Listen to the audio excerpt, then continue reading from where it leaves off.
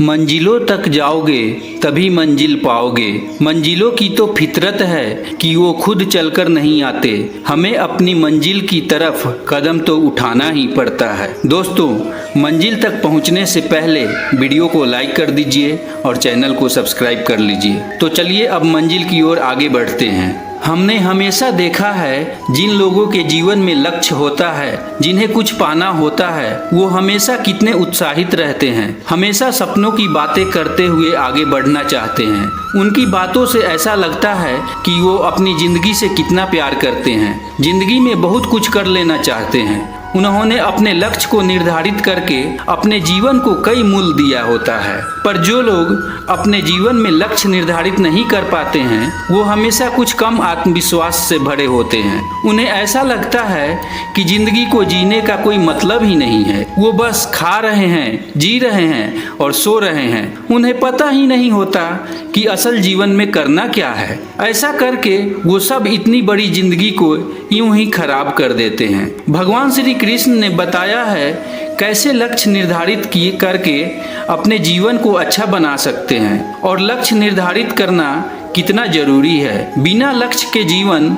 बहुत खाली सा लगता है, और लक्ष्य निर्धारित कर उसे अर्थ दिया जा सकता है। राधा कृष्ण से बहुत प्यार करती थी, और राधा को हमेशा एक बात बहुत सताती थी, शायद उनके जीवन का उद्देश्य सिर्फ कृष्ण से प्यार करना है। उनके मन में ये सवाल हमेशा घूमता रहता था। एक दिन वो इसी बारे में कान्हा से बात करने के लिए आई। उन्होंने कृष्ण के सामने अपनी समस्या रखी। कान्हा, एक बात बताओ, क्या मेरे जीवन का यही उद्देश्य है कि मैं आपसे प्रेम करूं? इसके अलावा मेरा कोई उद्देश्य नहीं है। मुझे लगता है कि मेरी जिंदगी का कुछ उद्देश्य होना चाहिए, शायद इससे मेरा जीवन अच्छा लगे।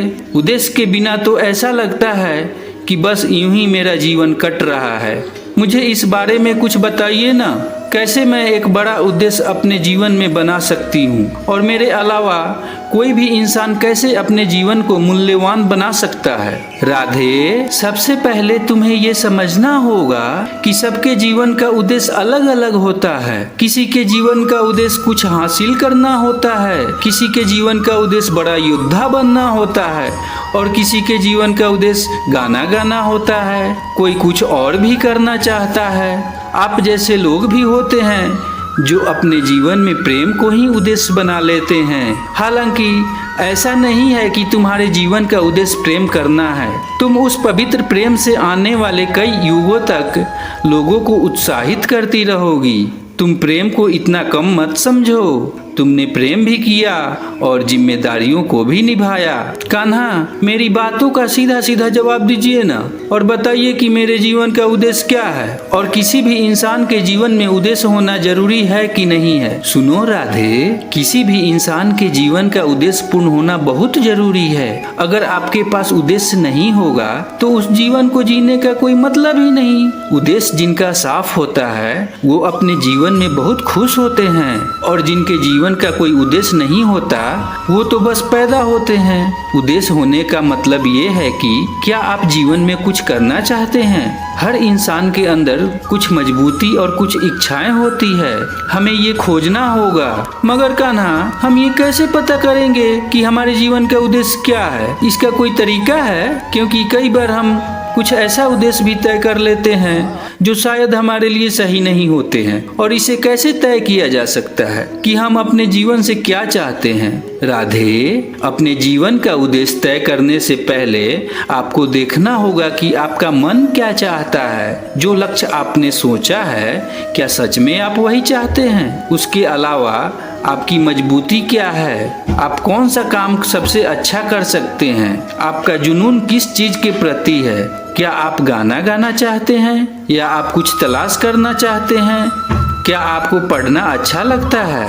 क्या आप लोगों की मदद करना चाहते हैं? क्या आप समाज सेवा करना चाहते हैं? वो सभी चीजें जो इस दुनिया में हो सकती है उसके बारे में सोचिए, या फिर कुछ ऐसा जो शायद आज तक नहीं हुआ हो, और देखना होगा कि आपका मन क्या करना चाहता है। जो भी आपका मन करना चाहता है उस बारे में सोचना और उसके बाद उसको अपना लक्ष्य बनाना। जब तुम अपना लक्ष्य निर्धारित करोगे तो तुम्हें अपना जीवन जीने में भी अच्छा लगेगा। जिनके जीवन का उद्देश्य होता है वो निराश होने के बाद भी अपने काम में लगे रहते हैं, और जिस दिन वो अपना लक्ष्य प्राप्त कर लेते हैं उसके बाद वो एक नया लक्ष्य तय करते हैं, और जीवन इसी का नाम है। राधा बोलती है, तो क्या उद्देश्य नहीं होने से जीवन जीने का अर्थ ही खत्म हो जाता है? और क्या ऐसे लोगों को जीवन की कीमत का पता नहीं होता?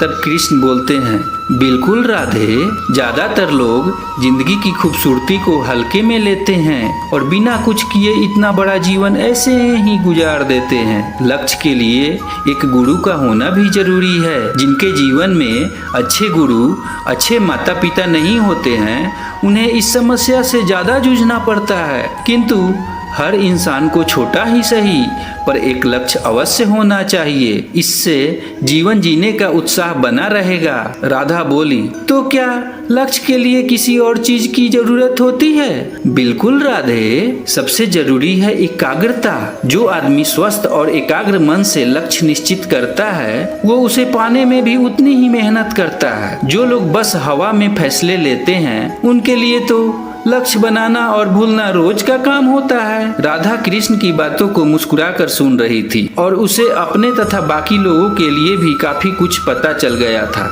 ना सिर्फ ये बात उस युग के लिए जरूरी थी बल्कि आज के समय में भी ये बात उतनी ही जरूरी है।